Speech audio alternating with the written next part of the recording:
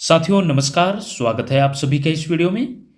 साथियों, अगर CG TET paper first या सहायक शिक्षक परीक्षा में अच्छे नंबर लाना चाहते हैं तो ईवीएस आपके लिए सबसे आसान और सबसे स्कोरिंग सब्जेक्ट है। कम टॉपिक, कम मेहनत और रिजल्ट सबसे ज़्यादा, क्योंकि ईवीएस जीवन से जुड़ा हुआ विषय है। यह बस समझने का खेल है, रटने का नहीं। तो आइए आज हम शुरू करते हैं। ईवीएस का पहला और बेहद महत्वपूर्ण टॉपिक स्वयं के पर्यावरण को समझना, जिससे 3 नंबर का क्वेश्चन पूछा जाता है। टॉपिक स्टार्ट करें उससे पहले आपको इसका सिलेबस जानना बहुत ज़रूरी है, क्योंकि बेहतर तैयारी के लिए सिलेबस का पता होना बहुत ही आवश्यक है। सबसे पहले हम जानना चाहेंगे कि हमारे टॉपिक फर्स्ट में क्या क्या पॉइंट हमें देखना है, जो आज के इस वीडियो में हम पूरा कवर करेंगे। इसमें देखेंगे स्वयं के पर्यावरण को समझना में पर्यावरण क्या है, पर्यावरण के घटक, सामाजिक घटक, आर्थिक, प्राकृतिक, सांस्कृतिक पर्यावरण के घटकों की अंतःक्रियाएं। ये घटक के नाम भी जानेंगे और आपस में इनकी अंतःक्रियाएं हैं उसे भी समझेंगे, क्योंकि इससे लगातार क्वेश्चन बनता है। उसके बाद देखेंगे आज के संदर्भ में पर्यावरण के प्रमुख सरोकार, बच्चों के दृष्टिकोण से पर्यावरण की रोचकता। इतना पढ़ लेंगे तो आपका 3 नंबर का जो है कवर हो जाएगा। याद रखिएगा, टॉपिक फर्स्ट से ही आपका 3 नंबर का क्वेश्चन आएगा। वही टॉपिक सेकंड की बात करें, इकाई सेकंड की, पर्यावरण के बारे में बच्चों की समझ, जिसमें 4 नंबर का पूछा जाएगा, जिसमें ये सब टॉपिक है। जब हम इसका नेक्स्ट वीडियो बनाएंगे तब हम इसके बारे में फिर से पॉइंटवार समझेंगे। इकाई 3 की बात करेंगे, यूनिट 3 में पर्यावरण अध्ययन क्यों पढ़ाएं, तो ये भी 3 नंबर का टॉपिक है। और अगला जो यूनिट है पर्यावरण अध्ययन का शिक्षण शास्त्र, जिसमें विज्ञान शिक्षण, सामाजिक अध्ययन शिक्षण, कक्ष में शिक्षण कार्य, ये सभी जो है नक्शा से, ऋतुओं से पूछा जाता है, तो ये सभी शामिल रहेगा। अगला जो यूनिट है पर्यावरण अध्ययन व कक्ष की गतिविधियाँ, इससे भी 4 नंबर का क्वेश्चन पूछा जाता है, जिसमें प्रयोग सामग्री का संकलन, गतिविधियों का आयोजन, संगठन, छोटे छोटे प्रयोग चर्चाएं, क्षेत्र भ्रमण, सर्वे, प्रोजेक्ट, ये सभी शामिल रहेगा। उसके बाद जो अगला यूनिट है जो 4 नंबर का परिवार के प्रकार, आपसी संबंध, एकल परिवार, संयुक्त परिवार, सामाजिक बुराइयां, बाल विवाह, दहेज प्रथा, बाल श्रम, चोरी, दुर्व्यसन, नशाखोरी, धूम्रपान, ये सभी से क्वेश्चन 4 नंबर से पूछा जाएगा। अगला जो टॉपिक है, अगला जो यूनिट देखेंगे अपने शरीर की देखभाल, बहुत ही इंपॉर्टेंट टॉपिक है, जिससे मानव स्वास्थ्य से रिलेटेड जो विषाणु जनित और जीवाणु जनित रोगों हैं वो हमेशा पूछा जाता रहा है, तो ये सभी इस पर कवर होगा। अगला जो टॉपिक है और लास्ट टॉपिक पर्यावरण में लास्ट यूनिट पारिस्थितिक तंत्र, जो कि पर्यावरण का बहुत ही महत्वपूर्ण भाग है, और इससे भी 4 नंबर का, जो कि छोटा टॉपिक है लेकिन बहुत ही महत्वपूर्ण टॉपिक है। पारिस्थितिक तंत्र की संरचना, जैविक व अजैविक घटक, खाद्य श्रृंखला व खाद्य जाल पदार्थों का चक्रण, ये सब हमें देखना है।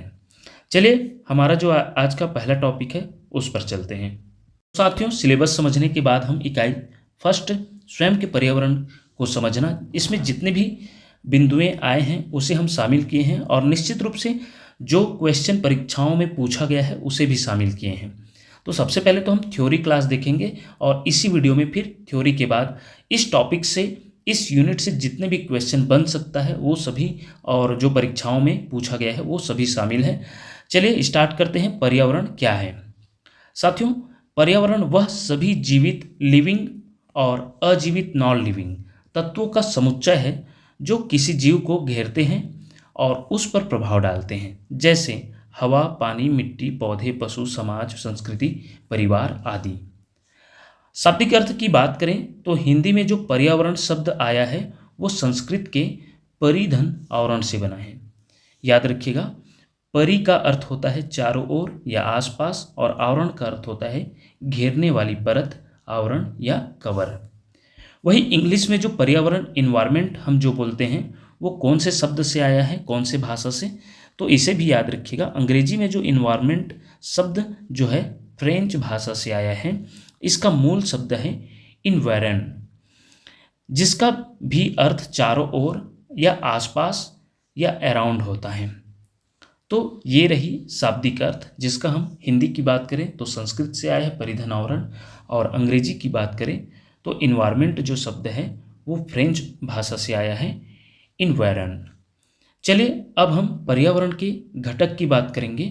तो पर्यावरण में जो आते हैं इसे दो भागों में बांटा गया है, प्राकृतिक अथवा जैव भौतिकी, और दूसरा है मानव का सामाजिक सांस्कृतिक पर्यावरण। प्राकृतिक या जैव भौतिकी में देखें तो निर्जीव और सजीव होता है। सजीव की बात करें तो वनस्पति, पशु, सूक्ष्म जीव, जीवन के सभी रूप, ये सभी सजीव में आ जाते हैं। और वही आगे बात करें तो इसमें जो भू आकृतिक कारक, धरातल, मृदा, चट्टानें, खनिज पदार्थ, पानी, पृथ्वी, आकाश, सूर्य, ये सब निर्जीव घटक के रूप में आ जाते हैं। जलवायु संबंधी कारक, तापमान या उमस, वर्षा, वायु, इसे भौतिक घटक भी कहा जाता है। वही अगर हम बात करें मानव का सामाजिक सांस्कृतिक पर्यावरण, पूछा जाता है साथियों मानव का सामाजिक सांस्कृतिक पर्यावरण इनमें से क्या है, तो इसे भी हम दो तरीके से देखेंगे। घर परिवार, रीति रिवाज, रहन सहन की स्थितियाँ, परंपराएं, व्यवसाय, मूलभूत सुविधाएं, और वही दूसरी तरफ जो मानव के द्वारा बनाए गए हैं भवन, सड़कें, पुल, पूजा स्थल, मानव द्वारा निर्मित विभिन्न वस्तुएं, ये हो गए पर्यावरण के घटक। आइए इसे तो हम छोटा सा डायग्राम के माध्यम से समझे, अब हम इसे थोड़ा क्वेश्चन जैसे बनता है उस हिसाब से पढ़ते हैं। पर्यावरण के घटक जो है पहला देखेंगे प्राकृतिक पर्यावरण। तो प्राकृतिक पर्यावरण जो है तीन भागों में बांटा गया है, भौतिक घटक, जैविक घटक, ऊर्जात्मक घटक। भौतिक घटक के अंतर्गत आता है, इसे भी याद रखिएगा, पूछा जाता है भौतिक घटक क्या है, तो वायु, जल, मिट्टी, पर्वत, रेगिस्तान, जलवायु, ये सभी जो है भौतिक घटक के अंतर्गत आते हैं प्राकृतिक पर्यावरण में। वही जैविक घटक की बात करें, पौधे, पशु, मनुष्य, सूक्ष्म जीव, ये सभी जो है जैविक घटक में आते हैं। और वही ऊर्जात्मक घटक की बात करें तो सूर्य, वर्षा, हवा, ये सभी ऊर्जात्मक घटक में आते हैं। अब जीवन के लिए महत्व इस घटक में देखें तो जीवन के लिए आवश्यक संसाधन हवा, पानी, भोजन, ऊर्जा इसी से मिलते हैं। अब देखें दूसरा मानव निर्मित पर्यावरण, तो वह सब कुछ जिसे मनुष्य ने अपनी आवश्यकताओं को पूरा करने के लिए बनाया, सड़कें, पुल, उड़ान पुल, भवन, कॉलोनियाँ, उद्योग, कारखानाएं, वाहन, मशीनें, तकनीक और संचार साधन, ये सभी मानव निर्मित पर्यावरण है। पूछा जाता है इनमें से मानव निर्मित पर्यावरण क्या है, तो इनसे भी क्वेश्चन बनता है। महत्व देखें तो मनुष्य के आराम, परिवहन, रोजगार, शिक्षा आदि का यह सब आधार है। वही सामाजिक पर्यावरण की बात करें तो मनुष्य के सामाजिक संबंध, संस्थाएं और व्यवहार, परिवार, विद्यालय, समुदाय, परंपराएं और रीति रिवाज, मित्र, पड़ोसी, सामाजिक नियम, यह सभी सामाजिक पर्यावरण के अंतर्गत आते हैं। बालक का सबसे पहला जो पर्यावरण जिससे बालक सीखता है तो वह है परिवार, ये पूछा भी जाता है। महत्व है मनुष्य के चरित्र, मूल्य, नैतिकता और सामाजिक व्यवहार को आकार देता है ये सामाजिक पर्यावरण।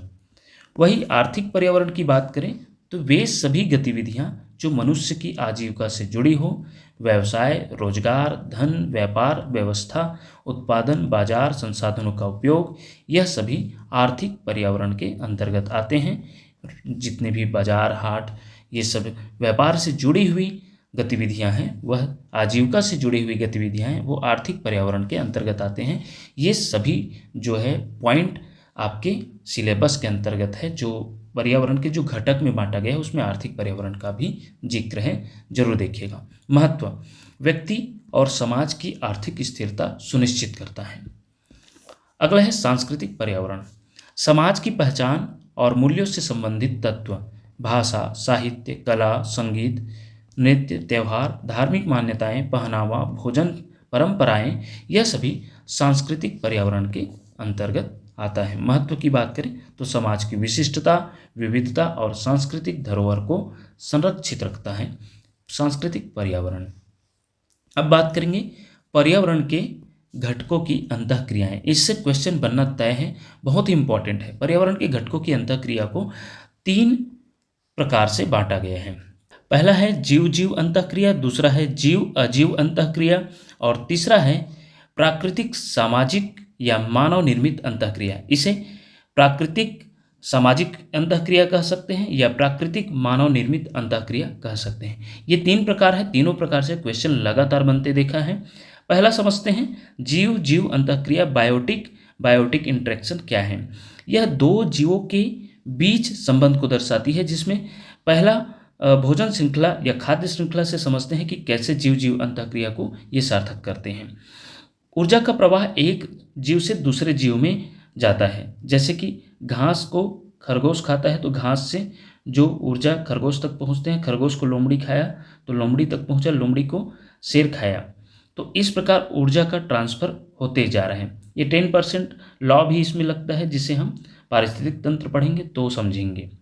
तो इसमें जो है जीव जीव अंतःक्रिया शामिल है, एक जीव दूसरे जीव को खा के जो है एक दूसरे का मतलब अंतःक्रिया के माध्यम से अपना ऊर्जा का प्रवाह कर रहे हैं। अगला जो है इसी में शिकारी शिकारी संबंध, जीव जीव अंतःक्रिया में शिकारी शिकारी संबंध से समझते हैं। एक जीव दूसरे जीव को खाकर अपना जीवन निर्वाह करता है, जैसे मेढक कीट को, बिल्ली चूहा को, तो मतलब शिकार करके, शिकारी शिकार संबंध इसको कह सकते हैं। तीसरा है परस्पर सह अस्तित्व, ये भी दोनों जीवों को, इसमें जो है परस्पर सह अस्तित्व में ये बहुत इंपॉर्टेंट है, इससे कई बार प्रश्न पूछा गया है। इसमें दोनों एक दूसरे का सहायता करते हैं, जैसे कि मधुमक्खी को रस मिल जाता है, फूल का परागण हो जाता है, तो यहाँ पास मधुमक्खी और फूल जो है दो जीव, मधुमक्खी भी जीव और फूल भी, पौधा भी जीव कहलाता है पर्यावरण की भाषा में, तो दोनों जीव जीव के बीच अंतःक्रिया हुआ। तो कौन से प्रकार का अंतःक्रिया हुआ? जीव जीव में परस्पर सह अस्तित्व का, जिसमें मधुमक्खी को रस मिल जाता है फूल के द्वारा और फूल का परागण हो जाता है, इसमें दोनों जीवों को लाभ पहुंचता है।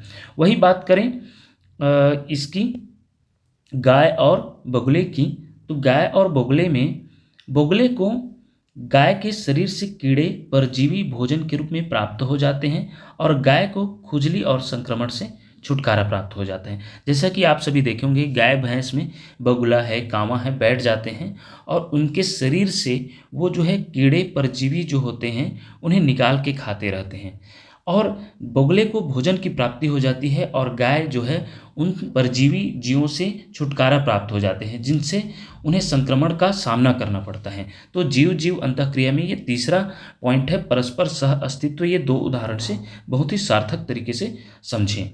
चलिए नेक्स्ट जो है प्रतिस्पर्धा, इसी में तो प्रतिस्पर्धा जो है दो जीव समान संसाधनों के लिए प्रतिस्पर्धा करते हैं। कैसे करते हैं? दो जानवर एक ही प्रकार का भोजन खाते हैं तो उनमें प्रतिस्पर्धा होती है। उदाहरण, शेर और चीता दोनों हिरण का शिकार करते हैं तो दोनों के बीच जीव जीव अंतःक्रिया में प्रतिस्पर्धा हुआ। वही चिड़िया और गिलहरी की बात करें तो दोनों पेड़ों के बीज या फल खाते हैं तो दोनों के बीच प्रतिस्पर्धा हुआ। सरसों और गेहूं एक ही खेत में होने पर प्रकाश व पोषक तत्वों के लिए प्रतिस्पर्धा का सामना करते हैं। दोनों को पोषक तत्व की जरूरत है, दोनों को प्रकाश की जरूरत है, दोनों बांटने में लगे होते हैं, तो यहाँ पास उनके बीच कंपटीशन होता है। यह जो है जीव जीव बायोटिक इंटरेक्शन का ही यह प्रकार है। अगला है देखेंगे जीव अजीव अंतःक्रिया। इसमें अब एक जीव होगा और एक अजीव। सूर्य प्रकाश का पौधों पर प्रभाव।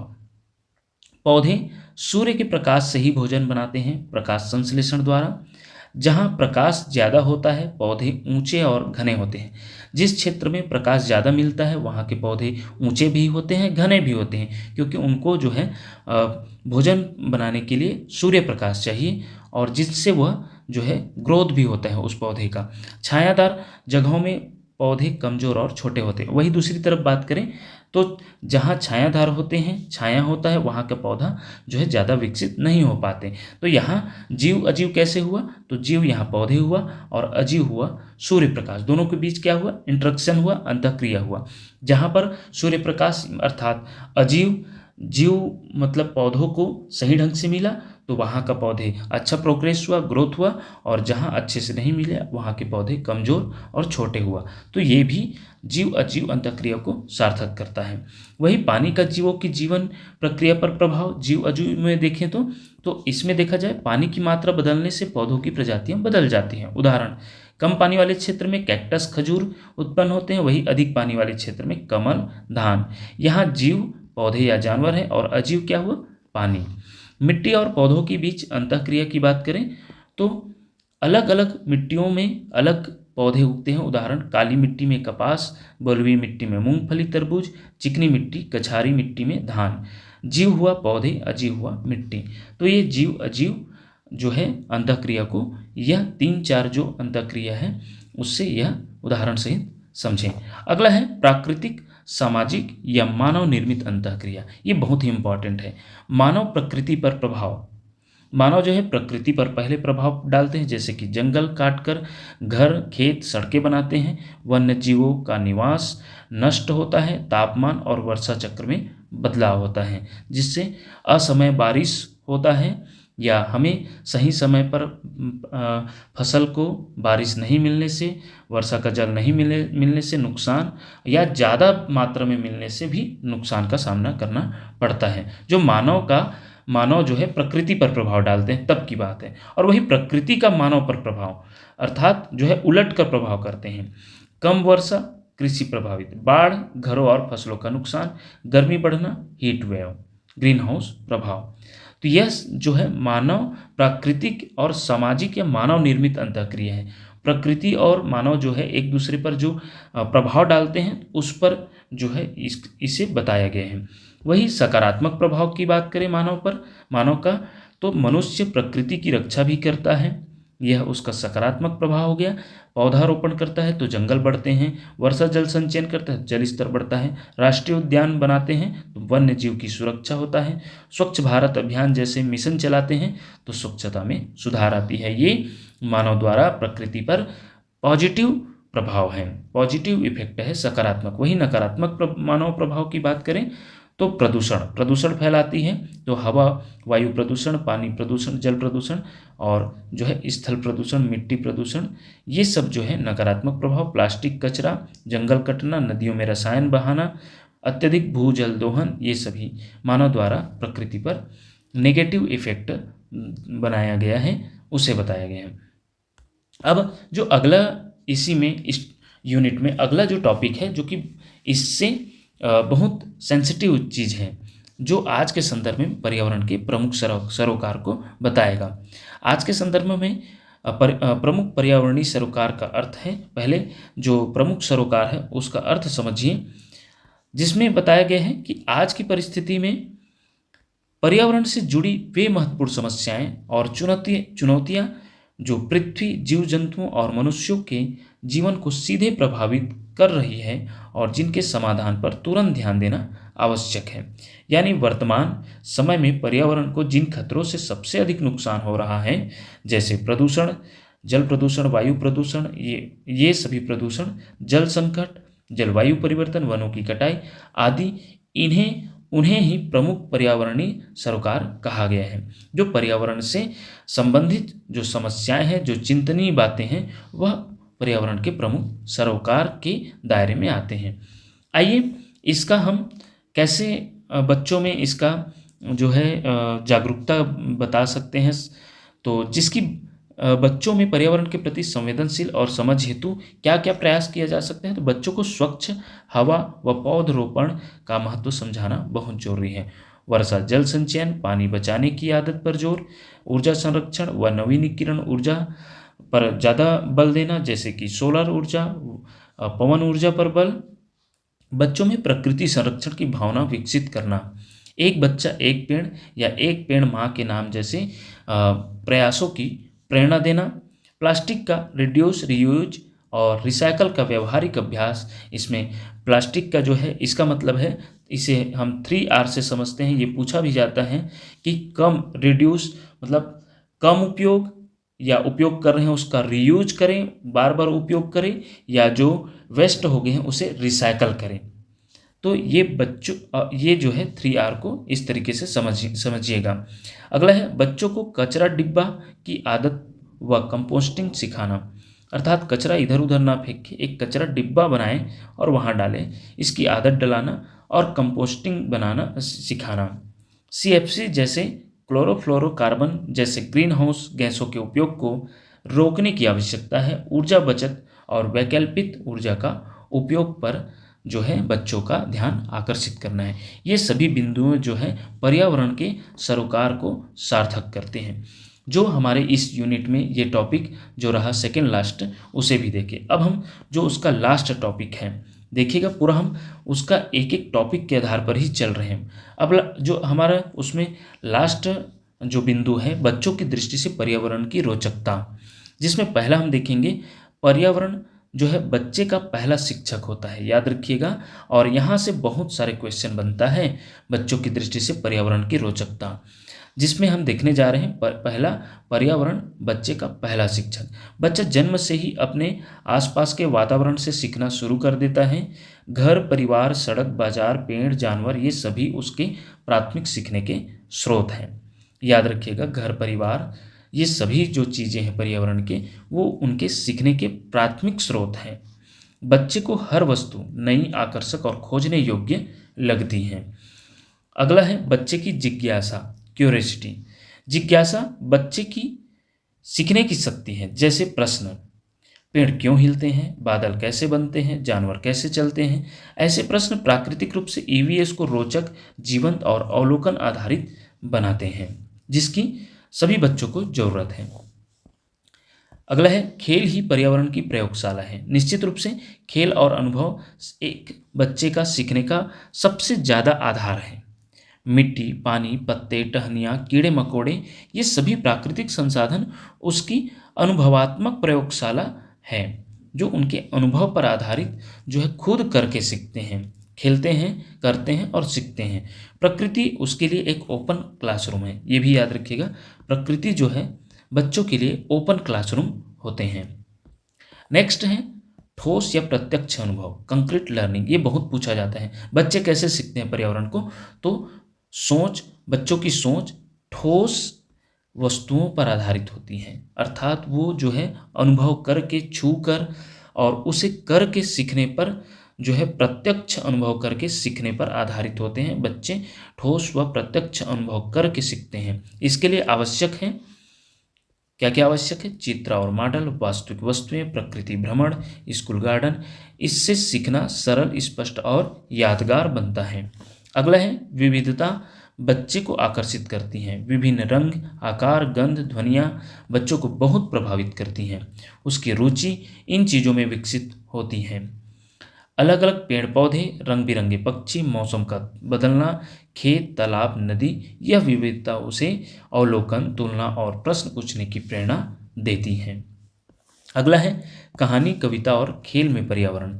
बच्चे कहानियों, कविताओं और खेलों के माध्यम से तेजी से सीखते हैं। पर्यावरण से जुड़ी कहानियाँ जैसे पक्षियों, ऋतुओं या जानवरों पर आधारित किस्से उन्हें व्यावहारिक समझ देते हैं।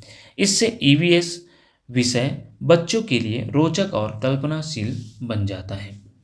नेक्स्ट है पर्यावरण, विज्ञान और समाज का समावेश है। बच्चे के लिए पर्यावरण दो तरह की सीख प्रदान करता है। पहला है प्राकृतिक पक्ष, विज्ञान, पेड़ पौधे, जानवर, मौसम, पानी, मिट्टी आदि। और वही दूसरा सामाजिक पक्ष, समाज, परिवार, पड़ोस, त्यौहार, संसाधन, सफाई। इस तरह पर्यावरण उसे समग्र हॉलिस्टिक सीख प्रदान करता है, हॉलिस्टिक डेवलपमेंट उसकी करते हैं। आइए जब कंक्लूजन की बात करें तो इनसे हम क्या क्या कंक्लूजन निकालते हैं। बच्चों के दृष्टिकोण से पर्यावरण रंगीन, आकर्षक, अनुभव आधारित और जिज्ञासा भरा होता है। बच्चा पर्यावरण को केवल विषय नहीं बल्कि खोज, खेल और सीख की दुनिया समझता है। इसलिए ईवीएस का उद्देश्य बच्चों को उनके वास्तविक परिवेश से जोड़कर प्राकृतिक और सामाजिक अनुभवात्मक सीख देना है।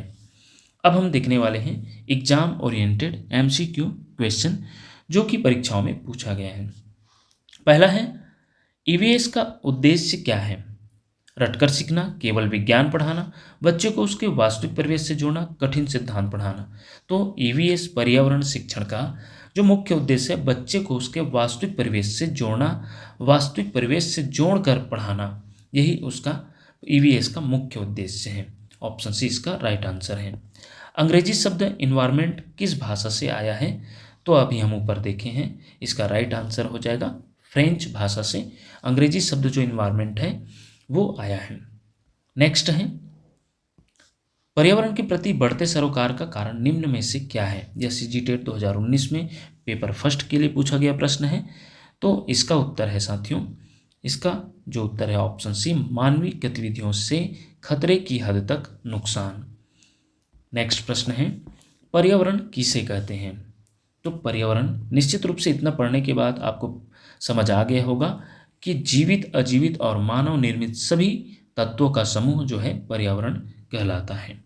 नेक्स्ट है सजीव निर्जीव घटकों के बीच अंतःक्रियाओं का उदाहरण निम्न में से कौन सा है। आप सभी जानते हैं ऊपर हम 3 प्रकार देखे हैं अंतःक्रियाओं के, जिसमें ये पूछा जा रहा है सजीव निर्जीव घटकों का। तो सबसे पहले आहार श्रृंखला देखिएगा तो ये तो जीव जीव अंतःक्रिया का उदाहरण है, खाद्य श्रृंखला वही है, शिकार की क्रिया भी, और इसमें जो जल चक्र दिखाई दे रहा है यही इसका एग्जैक्ट आंसर हो जाएगा। यह सीजीटेट 2019 में पूछा गया प्रश्न है। व्याख्या में और समझिए, जल चक्र निर्जीव घटकों के साथ सजीव घटकों की अंतःक्रिया है। चूंकि जल पर्यावरण का एक अजैविक घटक है अर्थात निर्जीव घटक है और जो मनुष्यों जीवितों के साथ अंतःक्रिया करता है। नेक्स्ट प्रश्न है मनुष्य का सामाजिक सांस्कृतिक पर्यावरण है। निश्चित रूप से इसका आंसर जो है भवन, सड़कें, ऐतिहासिक स्थल हो जाएगा। नेक्स्ट प्रश्न है प्रदूषण मुक्त पर्यावरण बनाने के लिए बच्चों को किस बात को जानना सबसे अधिक आवश्यक है।